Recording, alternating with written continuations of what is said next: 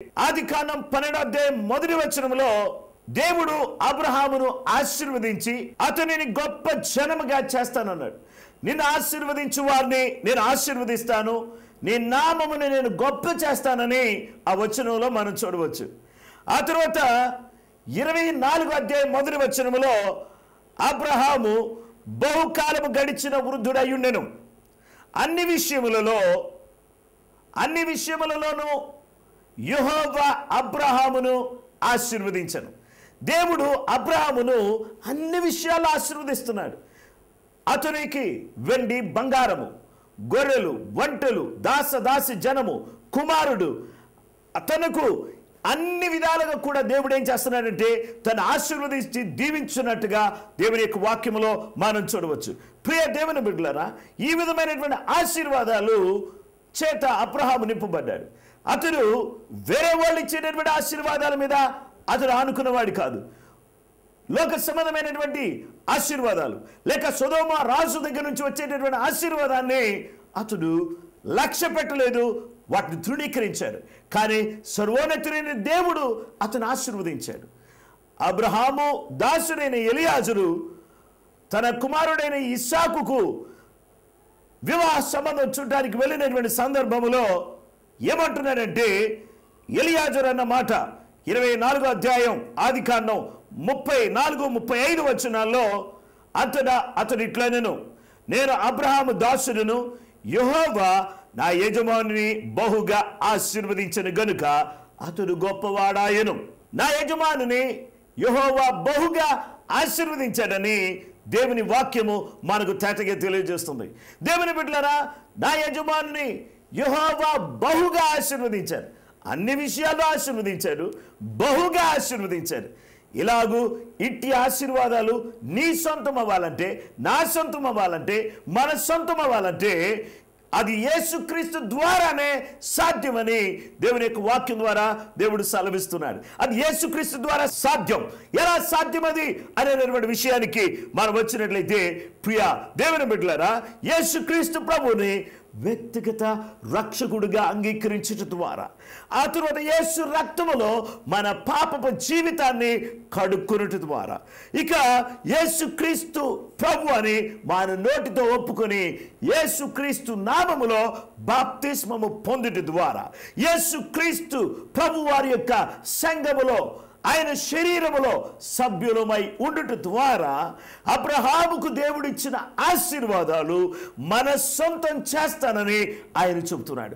ఆ రోజు అబ్రహాము ఇంటిని ఆశీర్వాదాలతో నింపినటువంటి ఆ దేవుడే నీ ఇంటిని కూడా ఆశీర్వాదాలతో నింపాలి అని నువ్వు కోరినట్లయితే, యేసుక్రీస్తు ప్రభువారిని నీ ఇంటిలోనికి ఆహ్వానించి, ఆయన్ని హృదయంలోనికి ఆహ్వానించి, నీ జీవితాన్ని మార్చుకుని యేసు రక్తము చేత కడగబడినటువంటి బిడ్డగా నీవు నేను మనం జీవించినట్లయితే, ఆ రోజు అబ్రహాముకి ఇచ్చినటువంటి ఆశీర్వాదం అంటే అబ్రహాము కేవలం ఈ లోక సంబంధమైనటువంటి ఆశీర్వాదం మాత్రమే కాకుండా పరలోక సంబంధమైనటువంటి ఆశీర్వాదాన్ని దేవుడు దయచేసినట్టుగా దేవుని యొక్క వాక్యములో మనం చూడవచ్చు. హెబ్రీయులకు రాసిన పత్రిక 11వ అధ్యాయం 10వ వచనములో, దేవుడు దేనికి శిల్పియు నిర్మాణకుడునై ఉన్నాడు, పునాదులు గల ఆ పట్టణము కొరకు అబ్రహాము ఎదురు చూచుచుండెను అని చెప్పి దేవుని వాక్యములో మనం చూస్తున్నాం.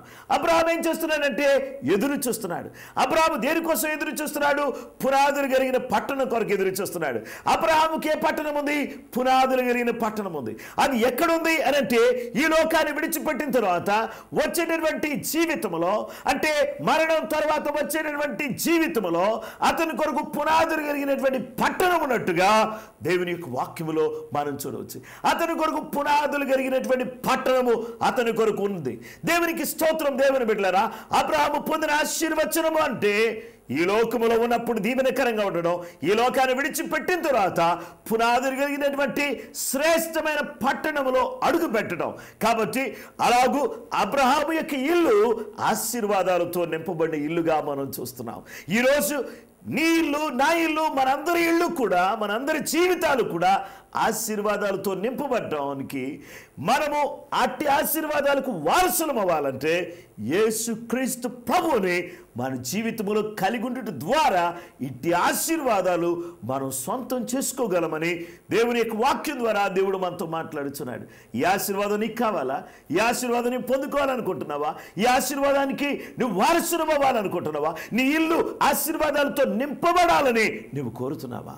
దేవుని యొక్క వాక్యములో మనం చూస్తే సువాసనతో నిండినటువంటి ఇంటి వలె, జనులతో నింపబడినటువంటి ఆ ఇంటిలో యేసుక్రీస్తుకు స్థానం ఇచ్చినప్పుడు అద్భుతం జరిగినటువంటి ఆ ఇంటి వలె, అలాగే ఆత్మతో నింపబడినటువంటి ఆ మేడగది అనుభవంలోకి వచ్చి, అలాగే ఆశీర్వాదాలతో ఇహ పరలోక సంబంధమైన ఆశీర్వాదాలతో నింపబడినటువంటి ఇల్లుగా నీ ఇల్లు ఉండాలని దేవుడు కోరుతున్నాడు. మన ఇల్లు ఉండాలని దేవుడు కోరుతున్నాడు. అట్టి ఆశీర్వాదాలు, దీవెనలు మన సొంతం కావాలని దేవుడు కోరుతున్నాడు. కాబట్టి అట్టి ఆశీర్వాదాలు నీ సొంతం కావాలంటే దయచేసి నాతో కలిసి ప్రార్థనలో ఏకీభవించండి. నేను మీ కొరకు ప్రార్థన చేస్తాను. ప్రేమ కలిగిన మా తండ్రి, దయగలిగిన మా యేసు ప్రభువా, నీకు వందనాలు.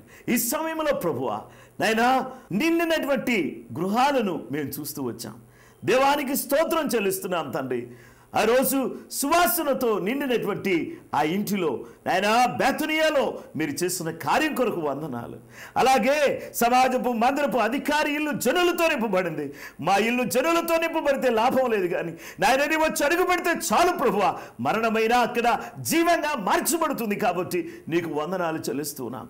అలాగే ప్రభువా, ఆత్మతో నిండినటువంటి ఆ మేడగది వలె మా యొక్క హృదయాలు నాయనా నీ ఆత్మతో నింపబడడానికి సహాయం చేయండి.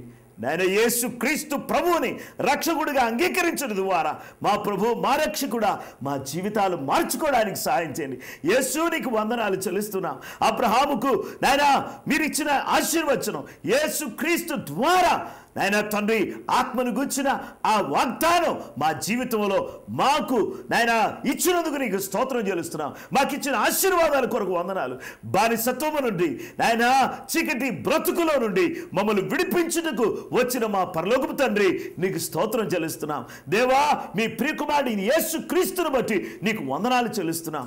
దేవా, మా జీవితాలు మార్చుచున్నందుకే నీకు స్తోత్రం చెల్లిస్తున్నాం. దేవా, ఈ సమయంలో ప్రతి బిడ్డను కూడా మీ నామములో జ్ఞాపకం చేసుకుని కృంగిన స్థితిలో, వేదనలో, బాధలో, చింతలో ఎవరైతే నలిగిపోతున్నారో అలాంటి వారిని జ్ఞాపకం చేసుకుని ఇక్కడ ఉన్నటువంటి నా ప్రియ సహోదరుల యొక్క ఇల్లు ఆశీర్వాదాలతో నింపబడుగాక.